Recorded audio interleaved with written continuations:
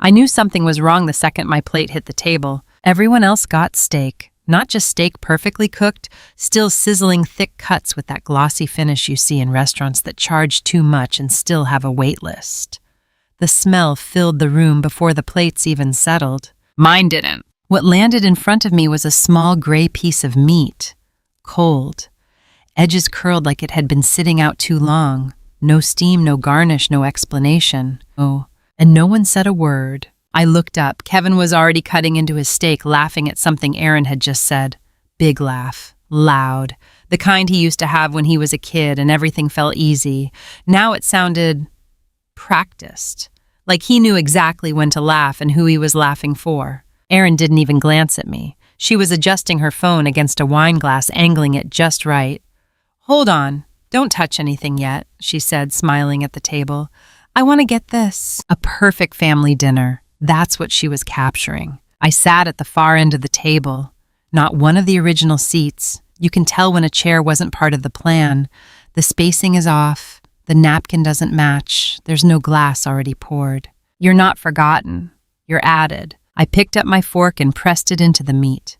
It resisted. Of course it did. "It's good, right?" Erin said. But she wasn't talking to me. She was talking to her phone, panning slowly across plates that definitely didn't include mine. Kevin nodded, mouthful. "Yeah, this is great." No one asked me anything. Not how I'd been, not how my drive was, not even if I wanted something else. Across from me, Sophie looked up for a second. Just a second. Her eyes moved from her plate to mine, then back again. She knew. Kids always know. But Erin tapped her lightly on the shoulder. "Sit up straight," she said without even looking. And just like that, Sophie looked down again. I took a bite. It was exactly what it looked like, cold, dry, and just tough enough to make you chew longer than you should.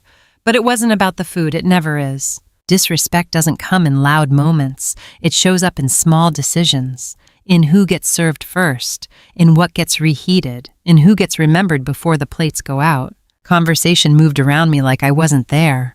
Renovations, Kevin's promotion, a possible trip to Napa, Erin talking about switching Sophie to a more competitive school program next year. I knew the numbers behind every one of those plans. I just wasn't part of the conversation anymore. At one point, Erin lifted her glass. "To new beginnings," she said. Everyone echoed it. Glasses touched, smiles all around. I had water. I lifted it anyway. Old habits. Dessert came later, something delicate, layered, thought out. Everyone else got their plates first. Mine came last. Smaller, thinner slice, placed quietly next to my glass like an afterthought that someone remembered just in time. No apology, no explanation. Kevin stood up before I even finished. "I'll walk you out," he said, already reaching for his phone. Of course he would. We stepped outside into the Scottsdale evening. It was still warm even after dark, the kind of night people pay to vacation in. He checked something on his screen as we walked to my car. "Drive safe, Mom," he said. Didn't look up. "I always do," I said. He nodded, but I don't think he heard me. I got into my car and closed the door. For a second, I just sat there. The house behind me was bright, full of light voices movement. From the outside, it looked exactly like what Erin had been filming. Perfect. I looked at it for a moment longer than I should have. Then I started the engine. The drive home was quiet. Not unusually quiet. Just clear. Like something had finally settled into place without asking permission. When I got inside, I didn't turn on the TV, didn't check my phone. I went straight to the kitchen, filled the kettle, and set it on the stove. Routine helps, especially when something shifts and you don't have the words for it yet. I sat at the table while the water heated. Same table I used for years to go over numbers, budgets, payroll, forecasts. I used to trust numbers. They behaved. People didn't always. The kettle clicked. I poured the water, watched the steam rise, and let the silence sit. Then I stood up, walked to the small office down the hall, and pulled a binder off the shelf. It was heavier than it looked. I brought it back to the table and opened it slowly. Bank statements, transfer records, tuition payments, mortgage support, medical bills, business loans, all organized, all dated, all in my handwriting. I flipped through a few pages, then a few more. There's a difference between helping someone and holding everything together for them. It takes a while to see it. I reached the last section and paused. There was a printed email I didn't remember placing there. I pulled it out and read it again, slower this time. It wasn't long, just a request. Professional tone, clean language. Kevin asking about access options. Not asking me, asking the bank. I set the paper down carefully. The house was quiet again. Only this time it didn't feel empty. I slid the email back into the binder and closed it, but I didn't put it away. Instead, I sat there with my hand resting on top of it like I needed to feel the weight to understand what I was looking at. Kevin had always asked me directly when he needed help. At least that's what I told myself. Rent, bills, that first business that never quite took off. He would call, explain, promise it was temporary. This was different. This was him asking someone else how to get access to something that wasn't his. I leaned back in my chair and let out a slow breath. Not dramatic, not emotional, just steady. Then I opened the binder again. If I was going to understand what this was, I needed to see all of it clearly. The first section was from 2018. That was the year Kevin's startup collapsed. He called me late one night, voice tight, trying to sound calm, said it was just a setback, said he had investors lined up, just needed a little time. A little time turned into $73,000. I remember wiring that money the next morning. No contract, no repayment plan, just trust. I told myself that's what parents do. I flipped the page. Pandemic year. Everything slowed down except the bills. Kevin and Aaron had just bought their house in North Scottsdale.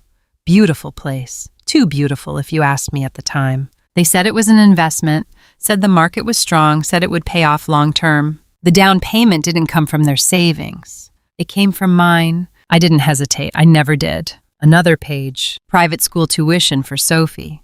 Aaron had framed it like an opportunity. She's gifted, she said. We just want to give her the best chance. I agreed. Of course I did. Kids shouldn't have to carry the weight of adult decisions. I kept turning pages. Car repairs, medical bills, a short-term loan Kevin said he'd pay back within 6 months. That one had a note attached in my handwriting. Temporary. I almost laughed. There's something about seeing everything laid out like that.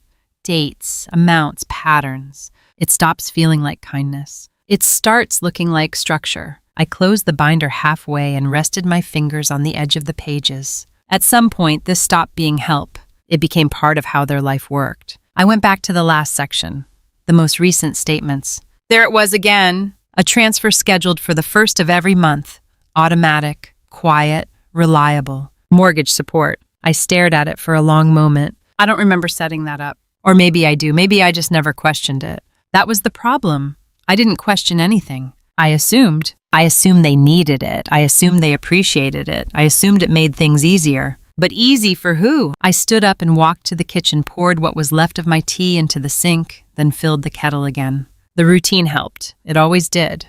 While the water heated, I leaned against the counter and thought about Erin. She wasn't loud, not in the way people expect. She didn't argue or raise her voice. She smiled. She planned. She organized things so smoothly that you didn't notice when you were being moved around. When Kevin first brought her home, I liked that about her. She seemed put together. But over time, I started noticing how decisions were made, not discussed, not debated, just presented. This is what we're doing. And Kevin would agree every time. Not because he was weak, that's too simple. Because it was easier. I turned off the stove before the kettle could whistle. No need for the noise. I poured the water slowly and carried the cup back to the table, setting it next to the binder. Then I pulled out my phone. I didn't open messages, didn't check missed calls. I went straight to my banking app, logged in. Everything looked normal at first.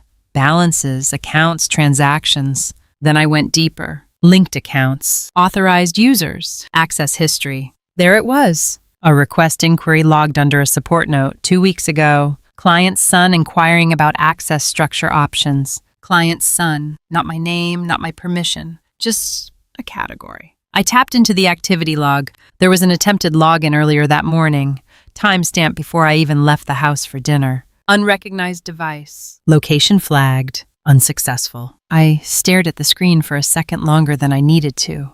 Then I locked my phone and set it down. No panic, no rush, just clarity. I picked up the cup, took a sip, and let the warmth settle in. Helping someone doesn't mean giving them the keys to everything. And somewhere along the way, I had stopped noticing where the line was. I looked at the binder again. All those numbers, all those years, all that quiet support. It didn't disappear. But it didn't belong to them either. I sat there for a while, not thinking about what they had done, but about what I hadn't done. I hadn't set limits. I hadn't asked questions. I hadn't said no. That part was mine. I reached over, closed the binder completely this time, and slid it to the center of the table. Then I picked up my keys and placed them next to it. The house was still quiet, but it didn't feel the same as before. Not empty, not heavy, just decided.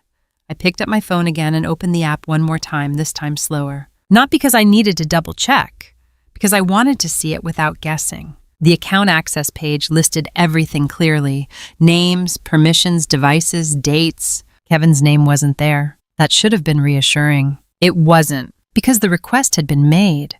That part was real, documented, logged, professional language, clean formatting, no emotion attached. That's how these things happen. Not loudly, not dramatically, just processed. I tapped into the details again. Exploring options for shared access. Exploring. That word did a lot of work. It made it sound harmless, like browsing, like asking questions.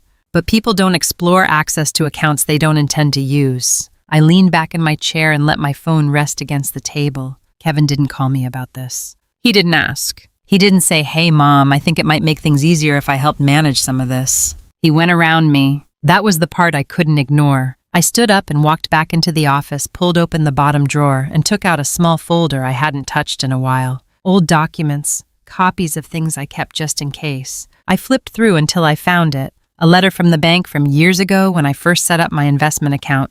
It outlined access rules, ownership protections, what could and couldn't be changed without direct authorization. I read it carefully. Nothing in that account could be altered without me. Not without my signature. Not without verification. So whatever Kevin was trying to do, it hadn't worked. Not yet. I closed the folder and stood there for a moment thinking. Then I asked myself a simple question. Why would he need access? Not want, need. Kevin had a job, a good one. Sales management at a growing tech company. Erin had her consulting work. They weren't struggling. At least not in any way they had shared with me. So what was this really about? Convenience, control, or something they hadn't told me yet. I walked back into the kitchen and checked the time. It was late, later than I thought. The house was quiet in that way it gets when everything outside has already settled. I picked up my phone again and opened my messages. Kevin had texted earlier, "Thanks for coming tonight." That was it. No mention of the dinner. No, "Did you get home okay?" No, "Sorry about earlier." Just, acknowledgement. I stared at the message for a second, then locked my phone without replying. Not out of anger, just because I didn't have anything to say that would matter. I went back to the table and opened the binder again, this time focusing only on the last few months. The pattern was clearer when you stopped looking at years and started looking at weeks. Transfers were more frequent, amounts slightly higher. A few expenses I didn't recognize at all. Subscription services. A charge labeled education consulting. Another labeled home optimization. I almost smiled at that one. Home optimization. That's a nice way to say making something already expensive cost more. I flipped another page. There it was again. Mortgage support. Automatic. Scheduled. No conversation attached. I closed my eyes for a moment, not out of frustration, but to reset. When I opened them again, I wasn't looking at a list of things I had done for my son. I was looking at a system that worked very well. For them, I pulled the binder closer and grabbed a pen from the drawer. Then I did something I hadn't done in years. I started marking things. Not crossing them out, not erasing, just circling, one by one. Every transfer that wasn't necessary, every expense that didn't involve me, every automatic payment that continued without a conversation. It didn't take long. When I finished, I leaned back and looked at the page. It wasn't overwhelming. That was the surprising part. It was manageable, clear, fixable. I set the pen down and folded my hands together on the table. This wasn't about one dinner. It wasn't even about that email. It was about something much simpler. Access! Not just to my accounts, to my time, my decisions, my default answer. I had made myself easy to rely on. Too easy. And somewhere along the way that turned into something else. I stood up again, this time without hesitation, and walked over to the counter where I kept a small notepad. I wrote down 3 things. Cancel transfers. Review access. Call bank. Simple. Direct. No extra words. I tore the page off and placed it next to my keys. Then I turned off the kitchen light and stood there for a second in the dark, not thinking about Kevin, not thinking about Erin, just thinking about what needed to be done. I picked up my keys again, turned them over in my hand, then set them back down. Morning would be soon enough, and when it came, I wasn't going to ask anyone what they thought about it. I was already dressed before the sun came up. Not because I slept well, I didn't. But once your mind decides something, sleep becomes optional. The house was still dark when I walked into the kitchen. I didn't turn on all the lights, just the one above the sink. Enough to see what I was doing, not enough to feel like I was starting a full day. I made coffee instead of tea this time. Stronger. I stood there while it brewed, hands resting on the counter, going over the list again in my head. Not the emotional version, not the how did it get like this version. Just the steps. Cancel transfers, review access, call the bank. Simple things tend to matter more when you actually follow through. By the time I got into my car, the sky was just starting to lighten. Scottsdale mornings have a way of feeling quiet without being empty. Wide streets, clean lines, everything in its place. I pulled into the bank parking lot 15 minutes before they opened. Old habit. When you spend years working with numbers, you learn that getting there early means fewer complications. I stayed in the car for a minute, finishing my coffee, watching the front doors. No second thoughts. That part had already passed. When the doors unlocked, I walked in. The air inside was cool, controlled. Same neutral scent every bank seems to have. Carpet cleaner and paper. A young teller greeted me and asked how she could help. I'd like to speak with someone about account access and scheduled transfers, I said. She nodded and directed me to a glass office toward the back. Daniel Brooks, senior private banker. He stood when I walked in, offered a handshake, professional but not stiff. What can I help you with today, Ms. Whitaker? I set my binder on the desk and opened it to the marked pages. I need to make some changes, I said. He glanced down, scanning quickly. His eyes moved fast, but his expression didn't change. That told me everything I needed to know. He'd seen this before. All right, he said calmly. Let's take this one step at a time. That was exactly what I wanted. No drama, no overreaction, just process. We started with the transfers. He pulled up my account and turned the screen slightly so I could see. There are several recurring payments set up here, he said. Some internal, some external. I want to stop all of them that don't go directly to me, I said. He nodded once, no hesitation. Understood. His fingers moved across the keyboard, efficient, precise. Click, confirm, remove. Each action was small, quiet. But I felt every one of them. Some of these are tied to accounts not under your name, he added. Are you sure you want to cancel them immediately? Yes. No explanation needed. He didn't ask again. Next came access. Let's review any authorized users or linked profiles, he said. The list appeared. There were no official authorized users under Kevin's name, but there were connections, shared payment channels, linked credit structures, things that made movement easier without being obvious. That's what I want to change, I said. He nodded. We can remove all external links and require direct authorization for any future transactions. Do it. Again, no hesitation. He worked through each one, carefully explaining just enough so I understood what was happening without overwhelming me with details. This will require reauthorization if someone tries to reconnect these accounts, he said, and you'll receive alerts for any attempts. That's fine. Then he paused. There's one more thing you should be aware of. He turned the screen slightly more toward me and pointed. A login attempt was flagged early this morning from an unrecognized device. I looked at the time. 5:42 a.m. I was still at home then. That wasn't me, I said. I assumed as much, he replied. It was blocked before access was granted, but given everything else, I'd recommend updating your security settings. I agree. Passwords changed. Two-factor authentication enabled. Recovery contacts updated. Layer by layer, the account became mine again. Not shared, not assumed. Mine. When we finished, he printed a summary and slid it across the desk. All changes are active, he said. If anything else comes up, you'll be notified immediately. I looked at the paper for a moment, then folded it and placed it inside the binder. Thank you, I said. He gave a small nod. You're doing the right thing. I didn't respond to that. Not because I disagreed, because I wasn't doing this to be right. I was doing it because it was necessary. Outside, the sun had fully risen. The light hit the pavement in that sharp Arizona way, bright, clean, unforgiving. I walked to my car, opened the door, then paused for just a second, not to look back, just to take a breath. Then I got in, set the binder on the passenger seat, and started the engine. By the time I pulled out of the parking lot, everything had already been set in motion. Not loudly, not dramatically, just enough.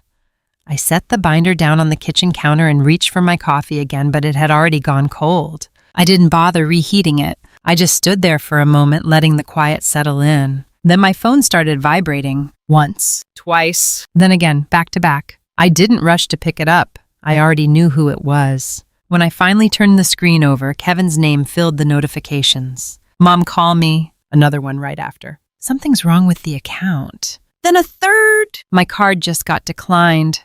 I'm in the middle of something. I read them without reacting. Not because I didn't understand what was happening, but because I did. I set the phone back down and walked over to the sink, rinsed my cup, and placed it neatly on the rack. The phone kept buzzing behind me. I let it. A few minutes later, a new name appeared. Erin. Her message came through longer. My card isn't working. I'm at the spa and they're saying it was declined. This is extremely embarrassing. Please fix this immediately. Please. That word wasn't doing much work in that sentence. I dried my hands slowly, then walked back to the table and sat down. Still no urgency. No panic? Just observation. Kevin called again. This time I picked up. Mom, what's going on? He said immediately, no greeting.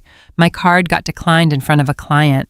I was trying to close a deal. I leaned back in my chair. I'm not sure what you mean, I said calmly. What do you mean you're not sure? His voice tightened. Something's been changed. The account isn't linking the way it should. The way it should, I repeated. A short pause. You know what I mean, he said. The payment didn't go through. That sounds inconvenient, I said. There was another pause. Longer this time. Mom, he said slower now.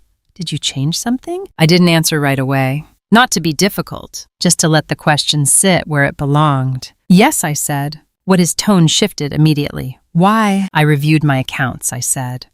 And I made adjustments. Adjustments, he repeated. You can't just make adjustments like this without telling me. I almost smiled at that. I can, I said. Silence. Then a sharp exhale. This is affecting more than just you, he said. You know that, right? I looked out the window for a moment. The street was still quiet. I'm aware, I said. You're aware, he said, voice rising. I had a payment scheduled. Erin's card isn't working either. There are things tied to that account. I know, I said. Then fix it, he said. Not asked. Said. I leaned forward slightly, resting my elbows on the table. Number. That word didn't come out loud. It didn't need to, but it landed. What do you mean no? He said immediately. I said evenly, I'm no longer funding expenses that aren't mine. There was a pause and I could hear him processing it. That's not how this works, he said finally. I nodded to myself. That's exactly how it works, I replied. Mom, this isn't the time to make a point, he said, frustration slipping through now.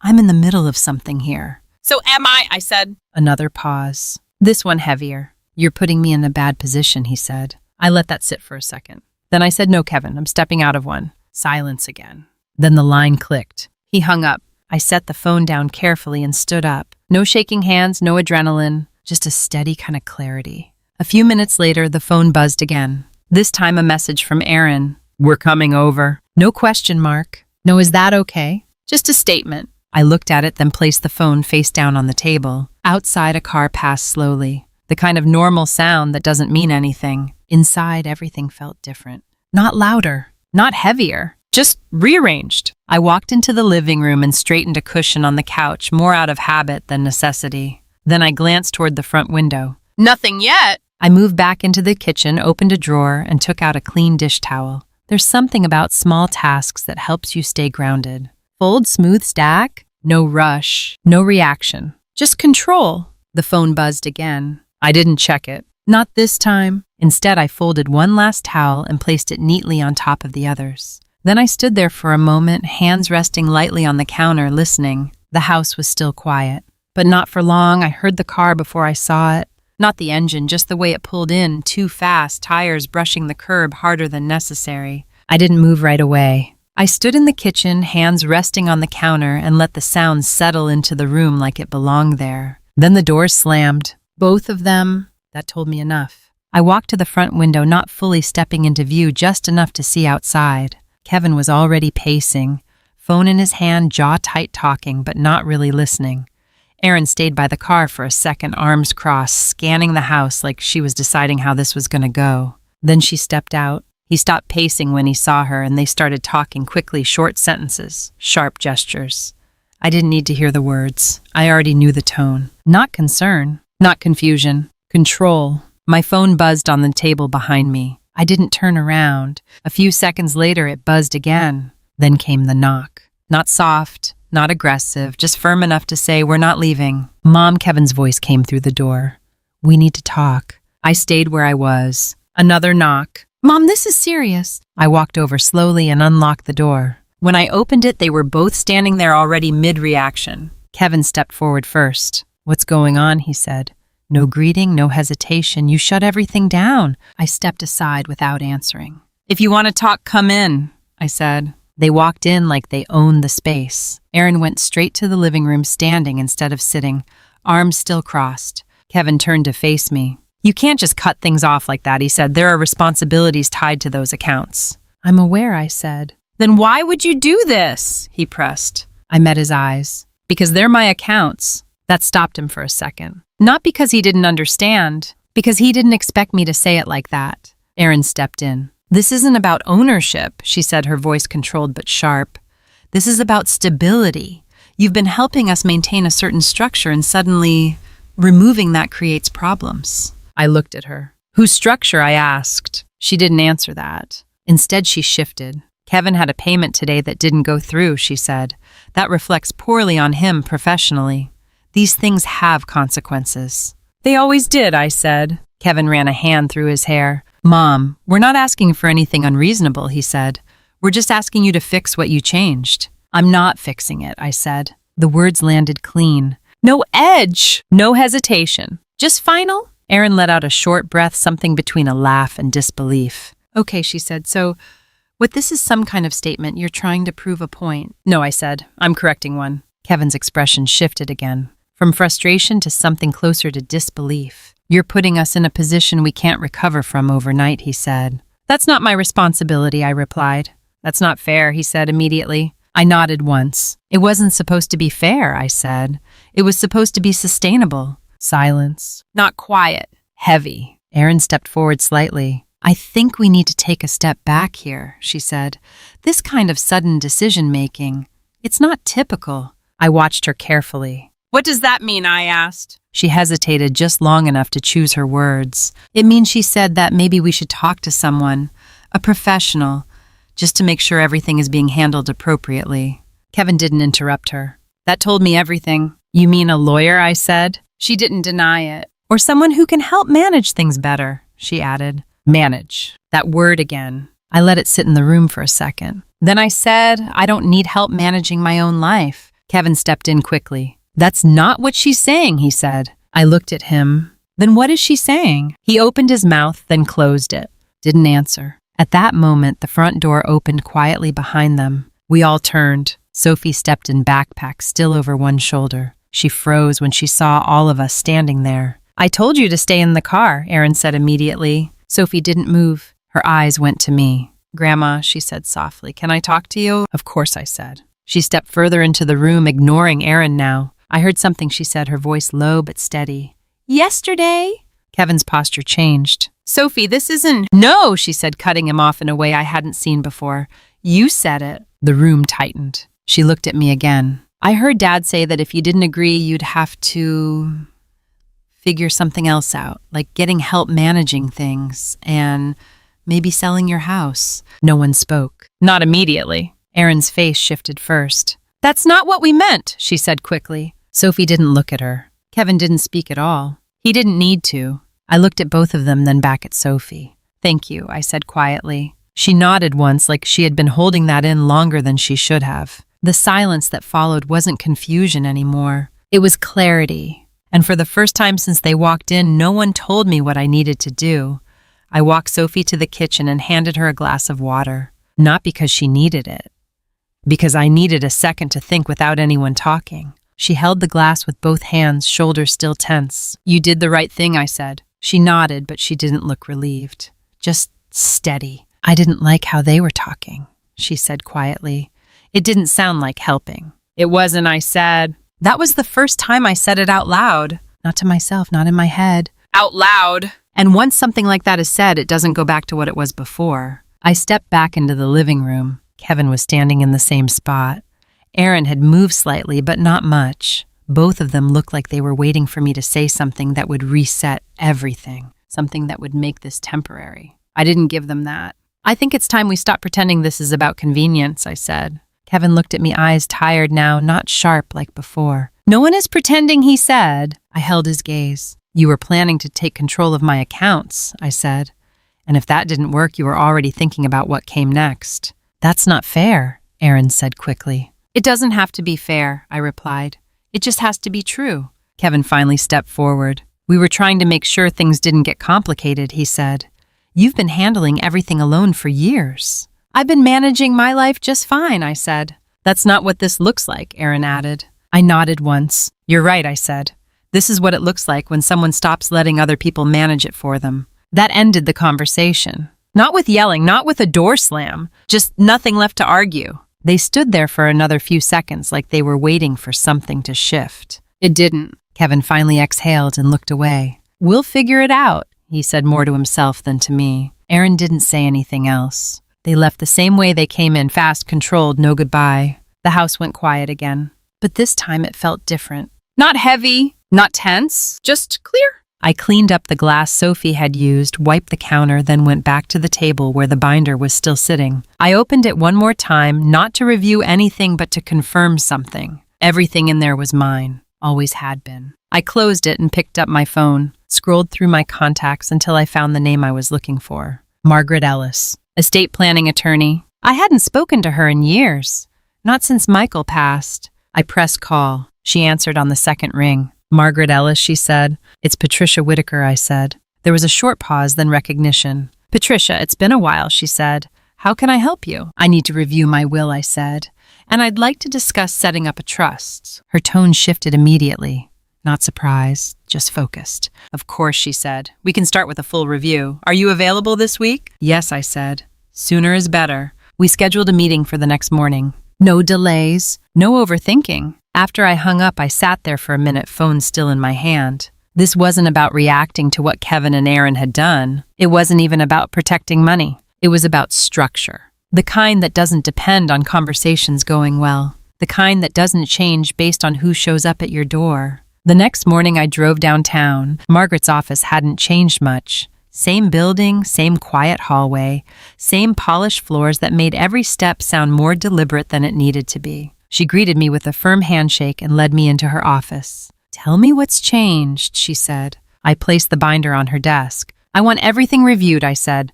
Assets, beneficiaries, access points, all of it. She nodded and opened the binder. Her eyes moved quickly, more detailed than the banker's, not just scanning, evaluating. This is well organized, she said. It needed to be, I replied. She turned a few more pages, then looked up.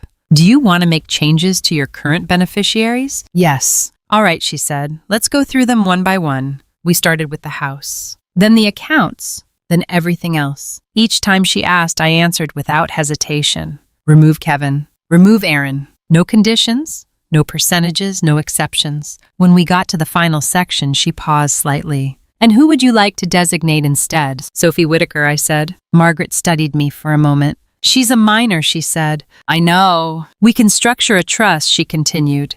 That way the assets are protected until she reaches a certain age. That's what I want, I said. She nodded. We'll assign an independent trustee, she added. Someone who isn't directly involved in the family. Good, I said. No room for interpretation. No access through the side door. We spent the next hour outlining everything. Not rushing, not speculating. Just building something that didn't rely on anyone else's intentions. When the documents were ready for review, she turned them toward me. This will take a few days to finalize and file, she said.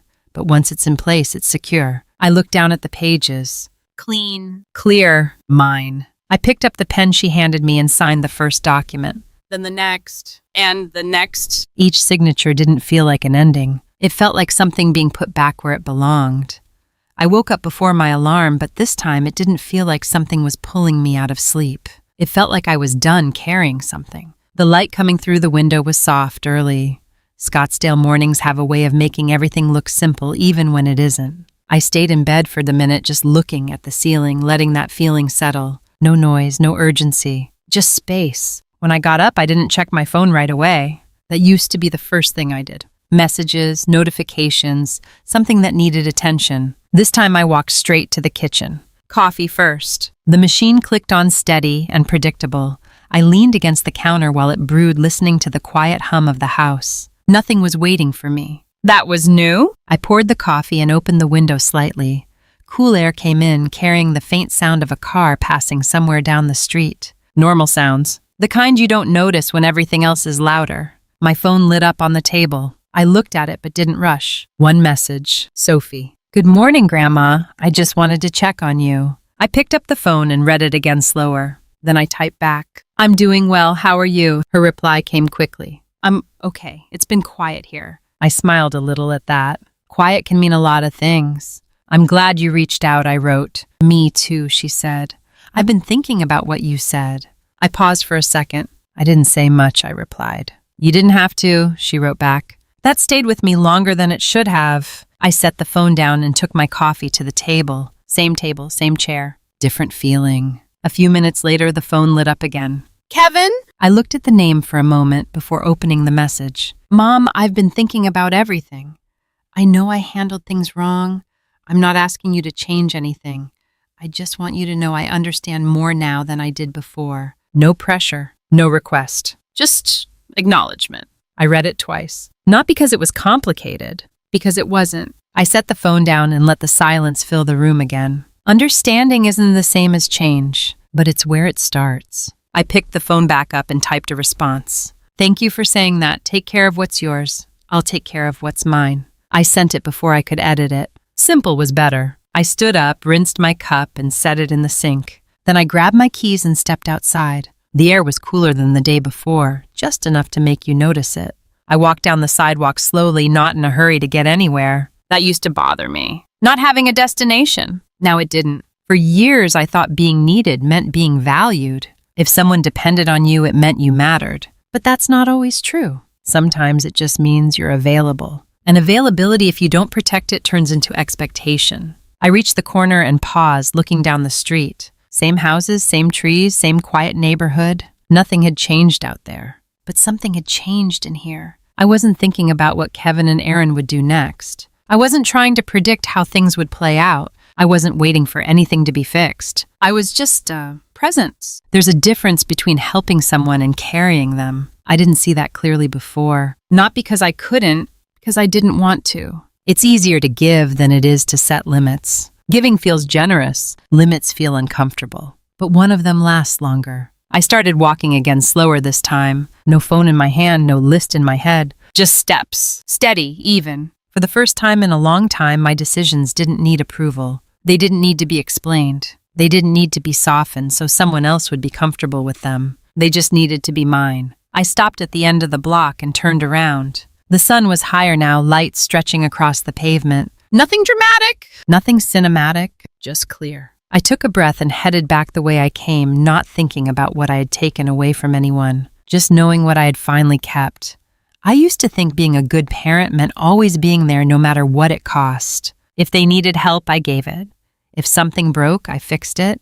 If things got hard, I stepped in before they even had to ask.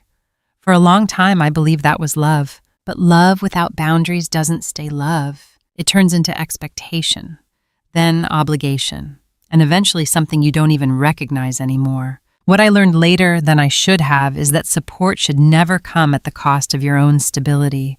Helping your family should not mean losing control of your own life. If you're the one always fixing things, always paying, always adjusting, at some point you have to ask yourself a simple question. Are you being appreciated or just being used? That's not easy to answer, and it's even harder to act on. But the moment you stop avoiding that question, everything starts to become clearer. This wasn't just a family story. It wasn't just family drama. It was a quiet kind of awakening, the kind that doesn't come with a big moment, but with a decision you finally follow through on. And yes, maybe it looks like one of those family revenge stories. Maybe it even feels like a revenge story. But it wasn't about getting back at anyone. It was about getting back to myself. So if you're watching this and something feels familiar, if you've ever been the one holding everything together while slowly disappearing in the process, take this as a reminder. You're allowed to step back. You're allowed to say no. And you're allowed to protect what's yours without explaining it to anyone. If this story meant something to you, or made you think about your own situation in a different way, consider subscribing to the channel. We share real family stories, real turning points, and real lessons, because sometimes the quiet